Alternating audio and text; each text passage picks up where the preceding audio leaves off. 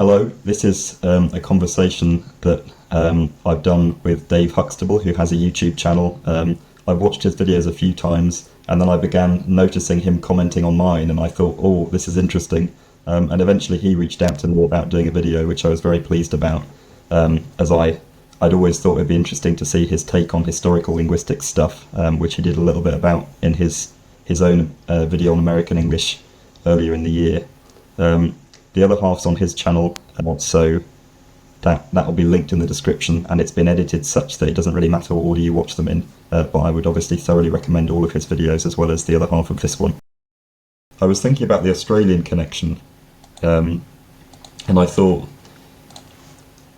initially, well, I think Australia is sort of colloquially known for not having an awful lot of dialectal diversity, given how large it is.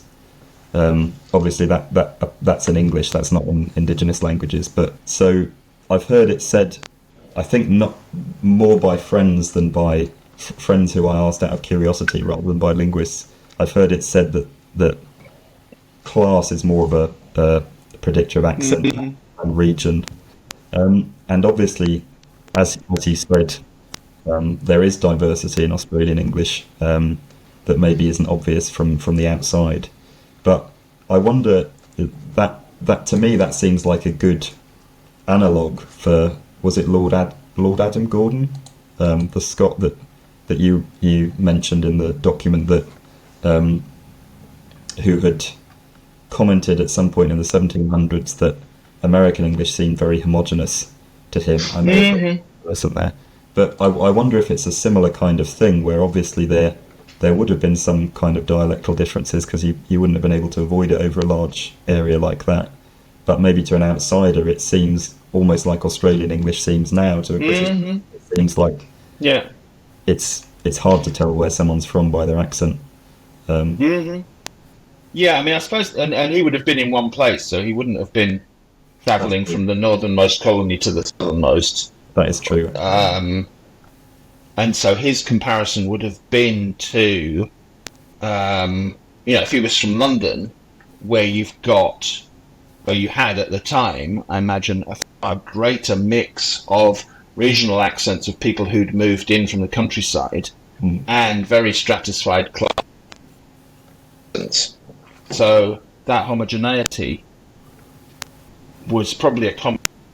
Everybody speaks pretty much the same, and you imagine that since, and several people observed that this was seen as a good thing, and that therefore, so the kind of English that they were speaking, or the kind of accents that they had, were ones that were approved of by this Brit that was coming in. I hadn't thought about that dynamic. How do we know how people spoke in the 17th, 18th centuries? Well, one of the ways is through commentary about features that people disapprove of, which is always very useful. I think, was it? Well, yeah. So Webster's comments that you highlighted, that was it from somebody's book. It was Rosemary Ostler, I think, referenced a few things that Noah Webster had said about other American dialects. So, what was it? Rural New Englanders turning wh into w, so white becomes white, which inadvertently says something about Noah Webster's pronunciation itself, that he's pronouncing the wh, and it also says something about New England pronunciation. So there are things like that, prescriptive comments, and there are also some cases where people have described their own accents to one extent or another. So that could be either by laying out actual phonetic descriptions of how their muscles are moving, or what, I'm not sure if there's any cases that we found of comparing to other sounds in other languages, but that can sometimes be a thing. And creating phonetic alphabets to correct the inconsistencies of spelling. So that's useful. That doesn't always tell us a lot about phonetic detail, but it at least tells us, for example, which words had the same vowels and lexical level things like that. So Benjamin Franklin did his own phonetic alphabet, which has been very useful in making this video. And I think in your other American English video you did a reading of, was it the Declaration of Independence? Yes, yeah. Based on Franklin's alphabet. Declaration. Yes. I do. Because that's one of the features, isn't it? The face vowel, where, I mean, Franklin definitely has it as a monophthong. Yeah. And I think, I seem to remember that from some of the comments you made about Ellis. So it's described as a monophthong in London English in the late 18th century, but that it was moving towards the more modern version of, so going from face to face with an A, moving the tongue. Yeah. And am I right in remembering that even though Franklin, who was in his 60s when he wrote his phonetic alphabet, he has face, but there's a suggestion that face was already kind of happening in some bits of the UK and communities in the UK, and that was adopted early in the Americas. Yeah, so I think Ellis, I think he was mainly talking about the goat vowel, but made reference to the face vowel as a similar thing, because clearly he recognised that they were in some way, their behaviour mirrors each other a lot in the history of English. So I think he first acknowledges that correctly, as far as we now think, that in the early 1600s there were two vowels where there's now the goat vowel. So one of them was the one that's spelled O-W in words like kno, and sow, as in to sow a seed. And then there's also the monophthongal one in words like saw, as in like, well, so I don't know. It's I'll put the spellings on screen, but go and words like that. And then he acknowledged that they probably merged in the 1600s, which is what we still think. And then he said that at a later date, the merged vowel then starts to diphthongize to something similar to what the kno vowel had been originally. So o becomes o.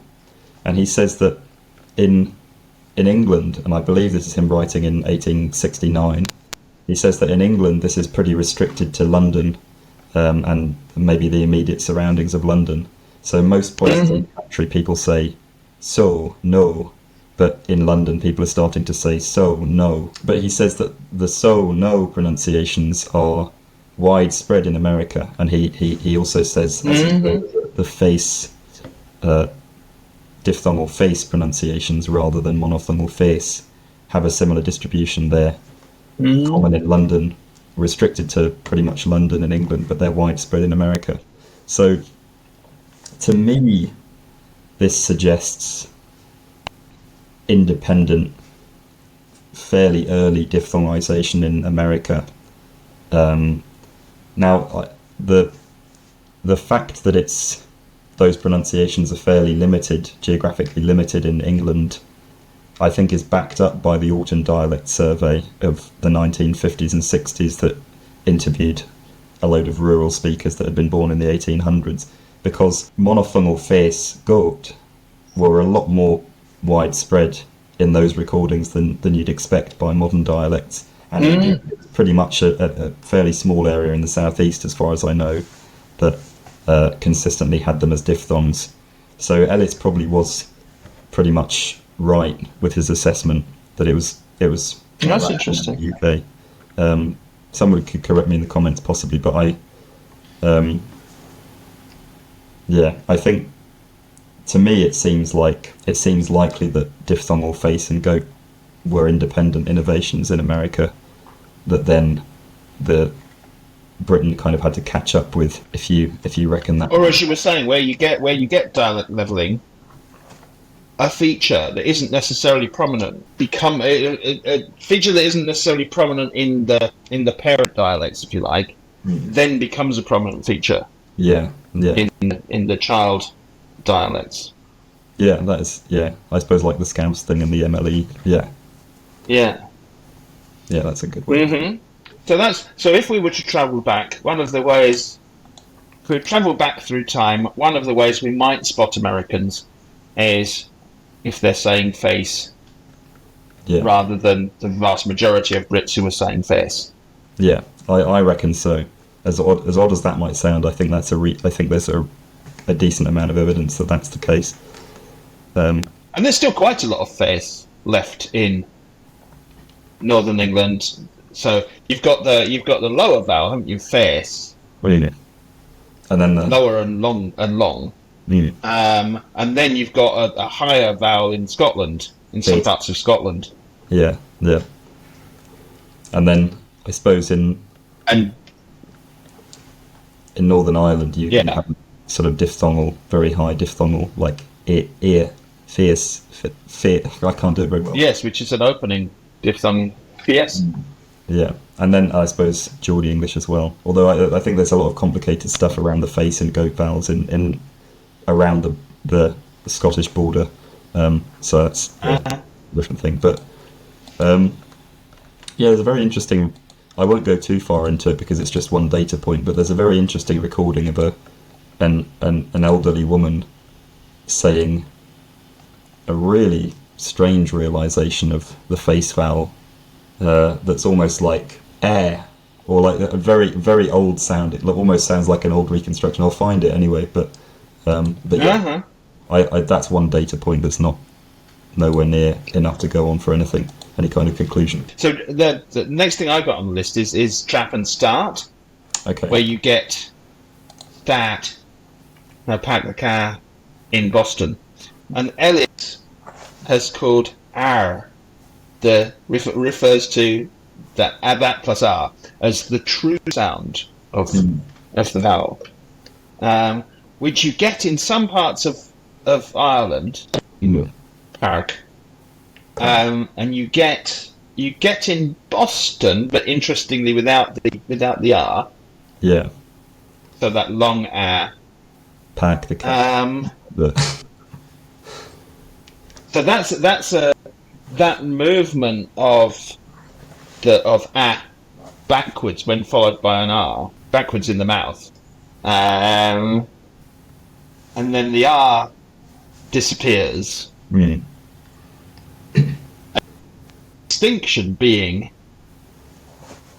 pat and part. Mm.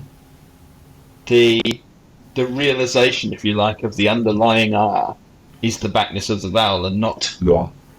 and no longer a consonant. Mm. Yeah, it's an interesting case that kind of mirrors the lockcloth thing, so we can maybe cover them both at once, actually, now I think about it. Yeah. In the situation in southeastern England was that the trap vowel was initially something like that. There's evidence of it being fairly front in southeastern England, so something like ah, similar to what it is in most American dialects now. And then you had the lot vowel, which was probably something like ah, or maybe even unrounded ah for some people. And then initially, before an R, and both of these vowels start to change. The trap vowel probably starts by getting lower and then begins to get further back. So you have, where you originally had car, you now start to have car, and then eventually car.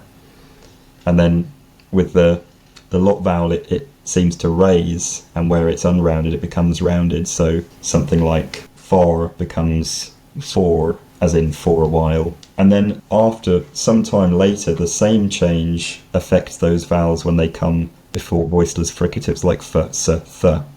So in the case of the trap vowel, words like bath, pass, end up being bath, pass, as they are in my accent. In the case of the lot vowel, words like cloth, bore, lost, become cloth, lost. And the distribution of these two splits, the trap bath split and the lot cloth split, are very complicated across the Anglosphere, because the trap bath, the retraction of the trap vowel before r is almost I think it's fair to say almost universal in the Anglosphere, with the exception of some Irish English. And I don't know much about Indian English, so maybe there as well. No, I would guess that the retracted vowel features in Indian English. That would make sense, I suppose, like historically. Um, Yeah. but in American English nowadays, you have the retracted vowel pretty much across the board, other than in isolated little pockets like Boston. So you have car rather than car. But you don't have the trap bath split before fricatives at all, as far as I know. You don't have any bath pass, you have bath pass. Whereas the lock cloth split, you, as far as I can think, you pretty much always have it before a r in the same way. But then before fricatives, that sound change is very kind of urban East Coast, as far as I know. So people will say lost, but heart, lot. Apologies for my accent, but Yeah, and I think so. It's an ongoing sound change, isn't it, across North America? Be going kind of westward. No, sorry, it seems to be moving eastward. But so you've got pronounced Bernie Sanders cloth, but there are a lot of Eastern accents still have a difference between lud and cloth, really, even if it isn't as pronounced. As I suppose remarkable to lay people as the Bernie Sanders version, because he has a kind of a work typed on block, doesn't it? Cloth. yeah. So Don't know if he speaks about cloth very much. no. I think I found a few recordings of him using the cloth vowel, but I don't know what words. I can't remember what words they were in. Lost, I suppose, is a more common one, but Yeah, lost. But so it seems like, well, the retraction before R happened early on in Britain. It seems to have happened earlier than the one before voiceless fricatives. Sorry, my sister's just come in. But so I suppose it makes sense that would be more common in American English. Although, as you say, Ellis suggests that the R pronunciation still existed in America and was more common there than it was in England. So trap bath split nowhere in He liked this. Yeah, the true sound. Yeah. So trap bath split doesn't seem to exist anywhere in America, so maybe that suggests that it happened a bit later than the lock cloth split, or maybe it's just a case where there were a couple of options that got imported to America and very quickly one of them got bulldozed by the other one. But the lock cloth split is more complicated because not only does it exist in the US, despite the fact that as far as we can tell from the evidence, it was probably kind of very, very much in its infancy when the initial colonization happened. But it also has a slightly weird lexical distribution, so it's not just before voiceless fricatives, but it's also in words like, I think, gone, like gone, and dog, like that. So it's got a slightly different lexical distribution. So that fact, maybe that could suggest that it was in its infancy, that maybe it was imported to America very, very early on when it was in its infancy, and so it still had a bit of flexibility to expand the environment that it affected the vowel in. Or it could be a reflection of ongoing English influence over the next couple of hundred years to the East Coast. So I'm not sure if I came to any conclusions about that, although I think one of Ellis's few comments about American English is that one of his interlocutors that he spoke to, who he calls Mr. McBee, he probably gives him a longer name somewhere, but I hadn't found it because it's hard to search through the Control F because it's all written in a weird typeface. But he said this person went to San Francisco and a well-educated American told him that people in England couldn't pronounce the vowel in nasty and laugh correctly, because presumably he would say nasty laugh rather than nasty laugh. But that's just a funny little anecdote. Not really very surprising. Yeah, it's interestingly. Because I think wasn't there another comment from one of Ellis's mates that they found San Francisco English difficult to understand. Yeah, I think so. Which is very interesting. More confusing the more I think about it. Mm. But apparently, there did used to be a very distinctive San Francisco accent What that one? had some features in common with New York. Oh, okay, okay. That's very interesting. But Is I that don't like know. Maybe for a future video, we should go back in time to yeah, Gold Rush San Francisco and see how people spoke. very? Because again, that's people from all over the world are suddenly arriving in this place over a very very short time. I had when I read it first, I had wondered whether there was still maybe there was some kind of, is it called Chicano English? The kind of Spanish Yeah. English. Maybe there was some kind of early Uh, form of that he found difficult to understand or something. Um, but because I imagine there must have been, well, I don't know. I was going to say, I imagine there must have been a lot of Spanish influence on the way children spoke, but maybe not. Um, I don't know. I don't know if there was that far north no, that's true. It was, yeah, San because Francisco. California was very sparsely populated. Yeah, that. I mean, one of the reasons that the US pretty much forced Mexico to give up Northern California. This was they'd besieged Mexico City. They'd invaded Mexico, besieged Mexico City, and as kind of reparations, demanded that Mexico sell great swathes of its northern territories for not very much money. Right. And they basically wanted the bits that there weren't very many people in, Okay. because the people had a bit too much melanin for their liking. Right. And so it was the sparsely populated bit Okay. that the US grabbed. Oh, that's interesting then in that case. So it would probably be mostly native developments from some English input dialects. Mm-hmm. Yeah. Yeah, that is interesting. I mean, I think pronunciation trends tend to flip back and forth much more quickly than the coarse descriptions we have can really cover very well. So, Something that I was thinking about Trap and Bath, mm, and it kind of fits in with Ellis's mate, or Ellis's mate's American acquaintance. mm. That it is quite a stark difference, and maybe it was seen as being very markedly British, and What? so therefore avoiding that. So that saying Bath, Oh, I see. Okay. So that if there might have been any so a bit like the situation in Northern England, Mm. where many people who are kind of standard Southern British middle class English speakers find Bath a bit too posh for their liking, a bit too Southern sounding, and will otherwise not have Northern accents, but will say Bath and Path. Yeah, I So it's kind of like Northern RP, and the same way as like Cook is very markedly Northern, so they'll have a kind of an apologetic kind of Cook. it's funny. I noticed that, and then I only had it ratified by your video because I noticed people from like the Wirral and places like that doing it.